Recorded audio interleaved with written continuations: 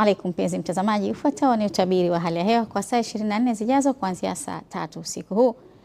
Na tuanze utabiri wetu kwa kuangalia mifumo ya anga ambayo inaonekana kuna kupungua kwa unyevu katika maeneo mengi ya mwambao wa pwani ya Tanzania.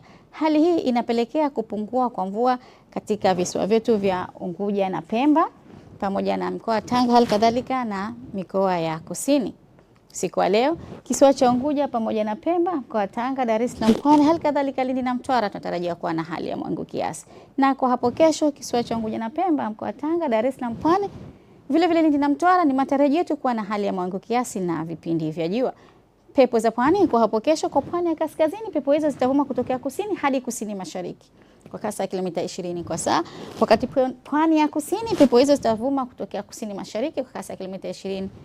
Hali ya bahari kwa ujumla tutarajia kuwa na mawimbi madogo. Na sasa tuangalie viwango vya joto kwa baadhi ya miji ya mwambao wa pwani ya Tanzania.